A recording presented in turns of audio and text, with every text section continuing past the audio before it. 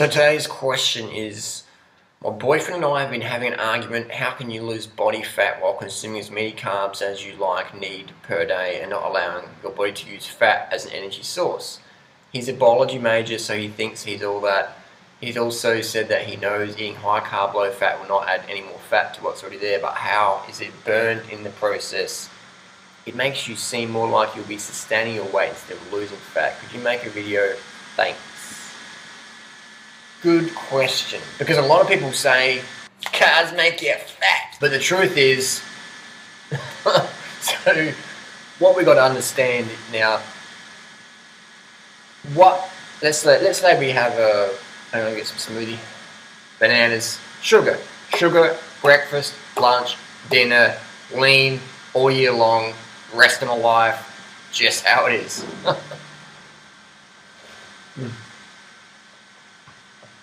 Sugary. Look up banana date sugar smoothie on YouTube. Banana date sugar smoothie. That's how I blend my smoothies. That's why they taste and look different. So we got this theoretical person. Let's say we'll use a 300-pound person. All right, a 300-pound person. So let's have an imaginary person. Let's say 6 foot, 300 pounds. I'm 6 foot, 140. Let's say we've got this person, 300 pounds. How are they going to get to 300 pounds? They need to have animal products in their diet. Why? Because animal products promote the insulin growth factor, which creates the big, enormous humans, like the sumo wrestlers. A sumo wrestler eats rice, but a sumo wrestler who just lives on rice will soon become sucked right down and become a karate expert.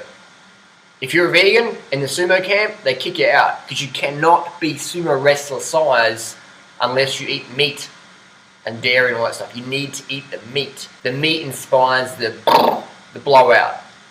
So a 300-pound person must consume animal products. You can't be 300 pounds and vegan. Doesn't fucking happen. You can be vegetarian. Vegetarians eat chicken, fish, meat, eggs and dairy. Vegans eat no animal products. So we have the 300-pound person, we put them on a vegan diet. Let's say it's a junk food vegan diet. Their weight's going to drop down because they don't have the animal hormones anymore that create the extra gain. They don't have the endotoxins from the animal, all the bacteria and stuff that create inflammation. So that person's going to drop down, even on a vegan junk food diet, they're going to drop down from 300 down to 200. If they want to get super lean, super fit, super healthy, then they have to go one step further and go to Whole Foods, clean, lean, low fat, low protein, low salt vegan diet. If they want to get down and suck it right down, get trim and lean, then they're going to eat clean. That's how it is, without drugs, without fasting and fucking intermittent fasting, all that nonsense. Just eating healthy. You don't need to eat less when you're eating right. Just eat right. So, we have our 300-pound person. They're going to drop down to 140, 150 pounds, regardless of their fucking body type or bone structure or whatever. 6 foot person is going to drop down to 140, 150 pounds, guaranteed. Guaranteed. Now, they can be a fit 140, 150 pounds, or they can be a weak, frail 140, 150. So it depends on the person's lifestyle. You need to do sport if you want to be fit and strong and have energy. That's just how it is. So will this person need to starve themselves? No fucking way. Ever.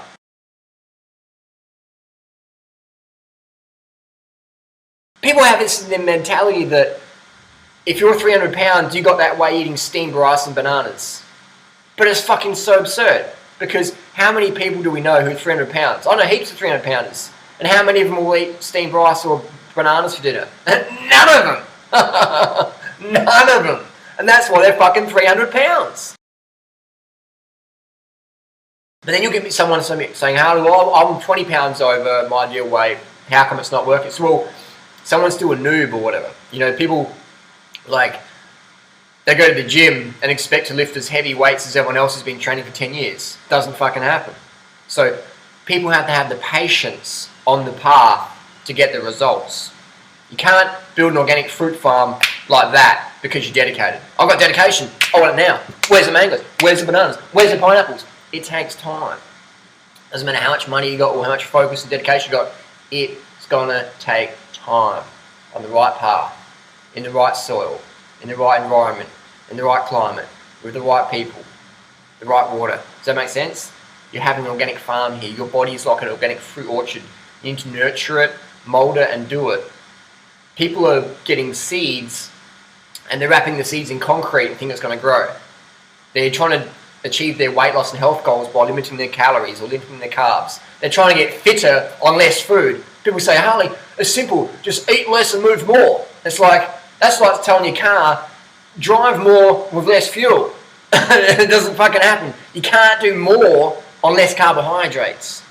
It doesn't work that way. It's like telling the kid in the desert who's ran out of water on the National Geographic program, walk faster. You got less food and water, walk faster. And when your kidneys blow out and when you're in ketosis and you're tripping over, walk faster. The body doesn't work that way. We need the carbohydrates. The person who's a biology major, this guy's a biology major, what the fuck are they teaching people today?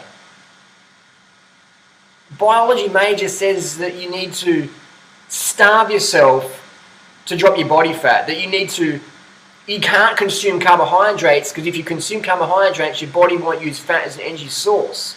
Biology major says that for the body to use fat, you have to cut your carbohydrates out. So you eat fat to lose fat. It's like, it's like using fire to put fire out. No, you need water. To burn fat, you need carbohydrates. Fat burns in the flame of carbohydrates. That's why I'm so lean all the time. Because I'm eating so many carbohydrates and so little fat and so little protein and so little salt. There's no, what the fuck are people learning? That's why I don't study nutrition. Because if I was studying nutrition at university, I'd constantly have my hand up and the lecturer would go, Harley, and I'd be like, that's fucking bullshit. And I'll put my hand up again. And the lecturer would go, Harley, and I'm like, that's also fucking bullshit. And I put my hand up again. The lecturer would go, Harley, and I'm like, well, what the fuck are you teaching? Why are you fucking fat? You're teaching nutrition. So it doesn't make people bad people because they're overweight. I'm not having fun anymore. I'm just saying that there's so much confusion out there. But hey, if you want to get fat, you need to have animal products. If you want to get fucking huge, if you want to have a sumo wrestler physique, you need to have meat and dairy and eggs and fish and a high protein diet. You need to spike the fuck out of your insulin levels. That's why bodybuilders inject insulin. Non-diabetic bodybuilders will inject insulin. Why? Because insulin is one of the most anabolic hormones, steroids around. So if you want to have big legs and a big thighs and a big ass and a big gut, get your insulin levels fucking jacked and keep them up there. High fat, high protein will do that. Animal protein is the best way. That just fucking jacks that IGF-1 insulin growth factor through the fucking roof. And that's big. That's why you can pick out people and I can tell them what they're eating or what sort of diets they eat. 100%. 100%. So does that make sense? So 300-pound person, they're going to get off the animal products, they're going to drop all the endotoxin inflammation, they're going to get low salt, they're going to drop all that salt retention off, they're going to get on the vegan program, so the insulin level is going to drop down, they're going to drop down all the excess mass that's going to slough off their body. They don't have to restrict their calories, they don't have to restrict their carbs, ever. To do so means you're going to be binging on the shit that got you fucking fat, sick, and dumb in the first place. Well, that guy, Fat, Sick, Nearly Dead, the guy who made the documentary, he's almost fat, sick, nearly dead again because he tried to do a juice fast to lose all the weight, but that's like using a credit card to get yourself out of fucking debt. Totally insane.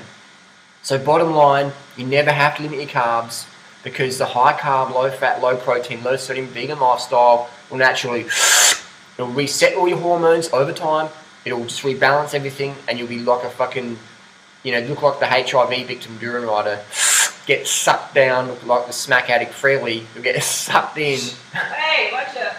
You'll just get sucked right in, man. That's just how it is. Get sucked up. High carb, low fat, low protein, low sodium for the win. If you're sprinkling a lot of fucking salt in your food and you're sitting on your ass thinking you're going to get slim, you'll get slim, but you'll be puffy from all the salt retention.